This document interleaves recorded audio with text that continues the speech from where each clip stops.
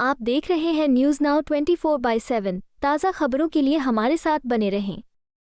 दिल्ली में एक press conference के दौरान बीजेपी नेता गौरव भाटिया ने राहुल गांधी की टिप्पणी पर कहा कि मैं बड़े अफसोस के साथ कहता हूं कि राहुल गांधी का बयान, जिसमें उन्होंने कहा हम अब सिर्फ बीजेपी या आरएसएस से नहीं बल्कि भारतीय राज्य से लड़ रहे हैं, इसका मतलब है कि वो भारत के खिलाफ लड़ रहे हैं।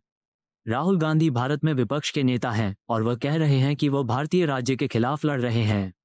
मैं बहुत जिम्मेदारी से कह सकता हूं कि भारत एक अधिक जिम्मेदार और वफादार विपक्ष के नेता का हकदार है और वास्तव में ये हमारा दुर्भाग्य है कि हमारे पास विपक्ष का एक अंशकालिक, अपरिपक्व और गैर जिम्मेदार नेता है।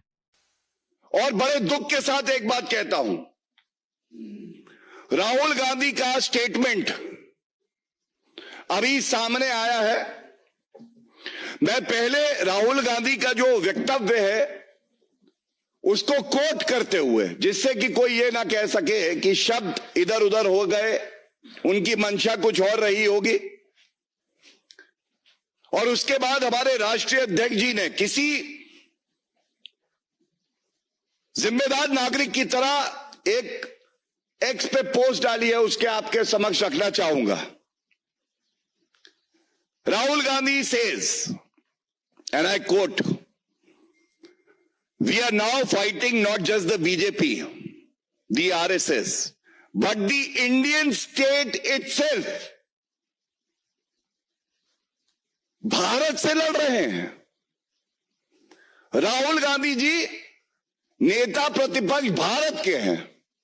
संविधान जिसकी शपथ ली है वो भारत का है और नेता प्रतिपक्ष भारत का कहता है कि हम भारत स्टेट से लड़ रहे हैं।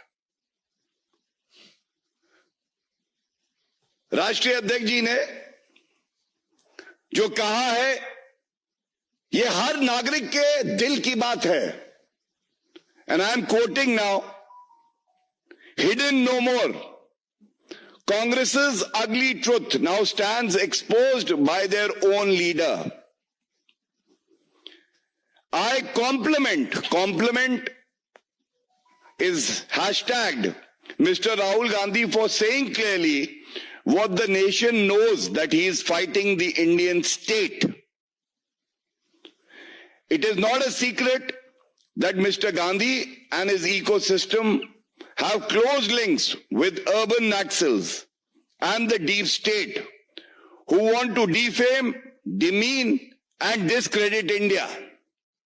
His repeated actions have also strengthened this belief. Everything he has done or said has been in the direction of breaking India and dividing our society. Every word is what the people of the country are saying today.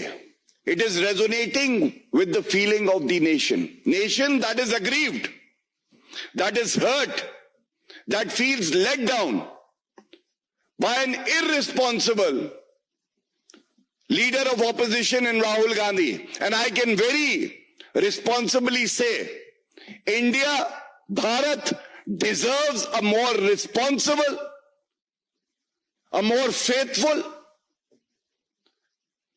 leader of opposition. And truly, it is our misfortune that we have a part-time and irresponsible, immature leader of opposition in Rahul Gandhi, who also happens to be guided by forces like George Soros, forces that are inimical to the integrity of our country. And it would not be wrong to just point out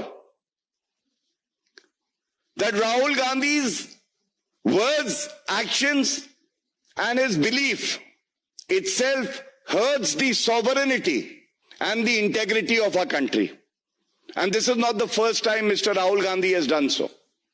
ये पहली बार नहीं है कि राहुल गांधी ने इस तरह का बयान दिया है, बल्कि राहुल गांधी जो देश विरोधी शक्तियां हैं उनके साथ मंच साझा करते हैं, उनके साथ गुप्त भेंट करते हैं, उनसे फंडिंग लेते हैं और उसके बाद ऐसे बयान देते हैं जो भारत की संप्रभुता के लिए खतरा बनती है। और यह कहना गलत नहीं होगा, ऐसा नेता प्रतिपक्ष राहुल गांधी हैं जो आज कलंक हैं, गैर जिम्मेदाराना है। और इसी के साथ ये तस्वीर देखिए, आज इसका रेलेवेंस और बढ़ जाता है। ये एमओयू साइन किया इन्होंने, हम बार बार इस मुद्दे को उठाते हैं। ये ऐसे देश के साथ पार्टी टू पार्टी एक एमओयू साइन हुआ, आज तक नहीं बताया गया है कि इस एमओयू में क्या लिखा है। ये एक और तस्वीर, देश कहता है ये गांधी और सोरोस एक हैं। आप बयान देते हैं राहुल गांधी, वो देश के खिलाफ देते हैं। और इसीलिए हमारे राष्ट्रीय अध्यक्ष जी ने जो बात कही है, मैं समझता हूं कि वो हर नागरिक के जो मन की बात है उसको दर्शाती है। ये सवाल पूछा जाएगा कि आप इस तरह के वक्तव्य क्यों देते हैं, क्यों आप कहते हैं the fight is against the Indian state itself. ये बहुत ही चिंताजनक बात है। आपको यह वीडियो पसंद आया हो तो इसे लाइक करें, हमारे चैनल को सब्सक्राइब करें।